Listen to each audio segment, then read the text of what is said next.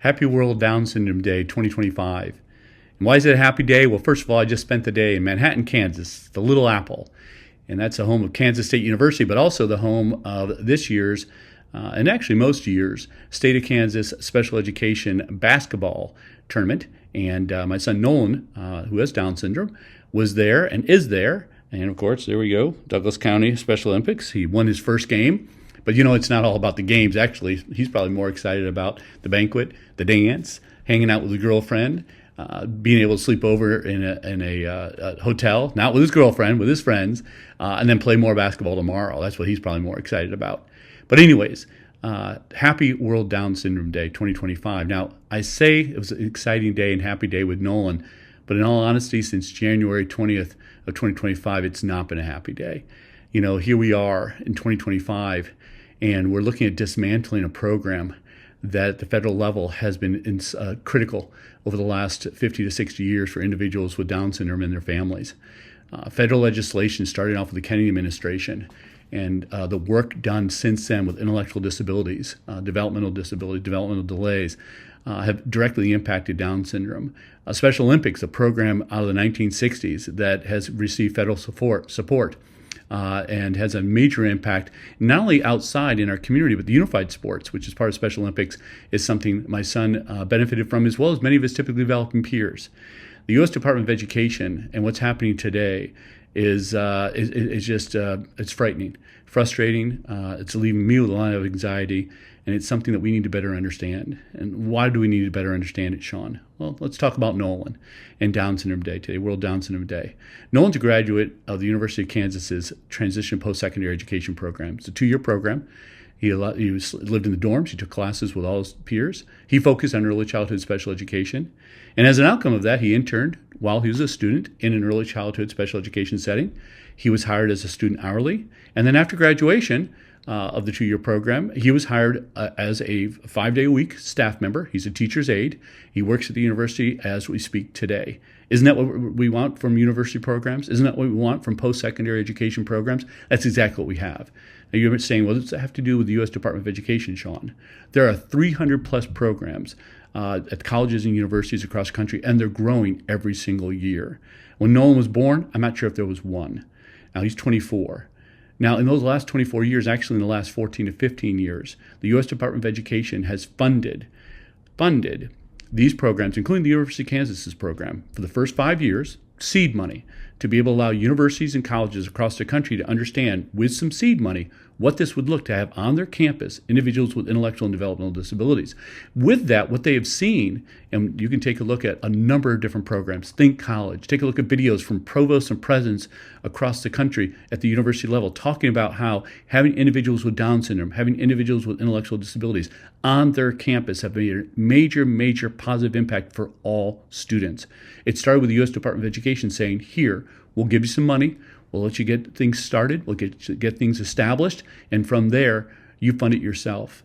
There's been research, countless research, that's benefited the Nolan Smiths of the world, individuals with Down syndrome, research that has impacted in terms of strategies, reading interventions, practices when it comes to technology innovations that were developed for individuals with Down syndrome because the major market doesn't have the market to fund individuals with Down syndrome. They're looking to the global market, and yet funding has been focused there. Nolan has benefited from wonderful educators. Several educators benefited from personnel prep funding where they were able to fund for their masters in special education, and by doing so were able to then be in the classroom and benefit Nolan as excellent teachers using evidence-based practices. There are transition programs, Project Search and others that Nolan has benefited from and other people with Down syndrome have benefited from that receive federal funding and research to show what's good practice for these transition programs to lead to post-secondary outcomes, including employment, including Nolan, who's paying taxes as we speak. I could go on and on and on. Now, for the parents out there that are celebrating World Down Syndrome Day and saying, well, I want more power, I want to be more empowered, let's be careful what we wish for. I know as a parent, there was power in terms of the oversight of the Office of Special Education Programs. I benefited from and was fortunate to serve on the Special Education Advisory Committee for our state of Kansas. Every state has one. I was able to serve, and I learned on an annual basis from our representatives at the state level telling us how they had to meet guidelines and requirements of the Office of Special Education Programs when it came to special education services.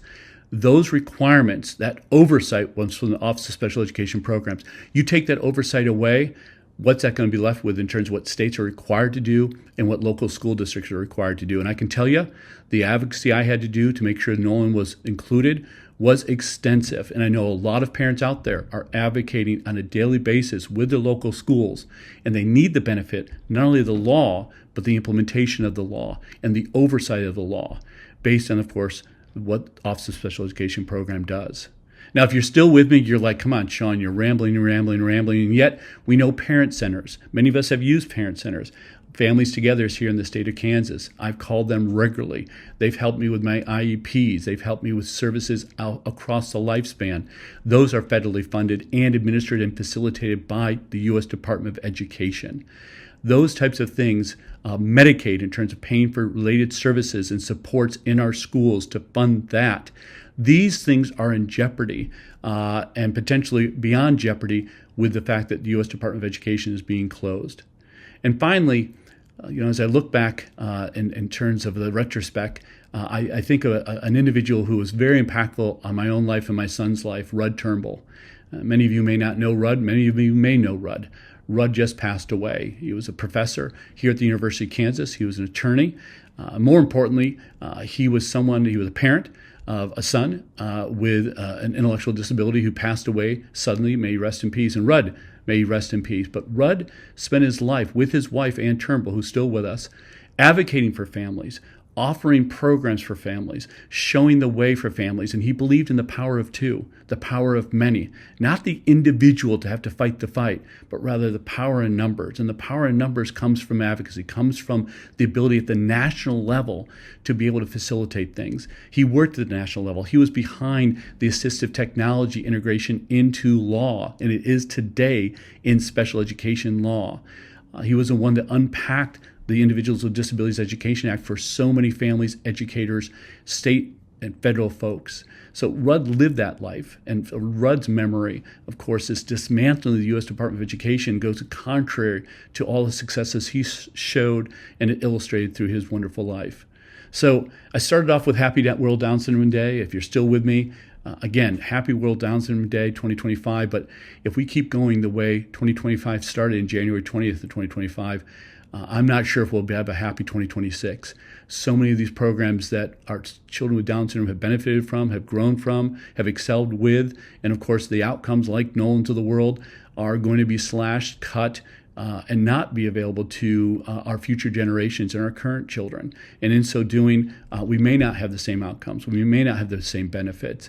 And again, this power of two, I'll leave it with the following. I have 4 children. There's 6 of us in our family with my wife.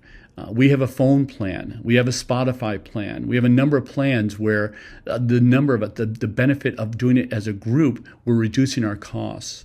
And so it's not an individual thing. And there's so many things in our society where the group is more beneficial than the individual. So to allow the parent to be the individual empowerment is going to be a disadvantage in the long haul when it comes to lack of regulation, lack of oversight, lack of enforcement, a lack of the ability for parents to be as a group advocate, which is being taken away with the dismantling of the U.S. Department of Education and what it's not being replaced with.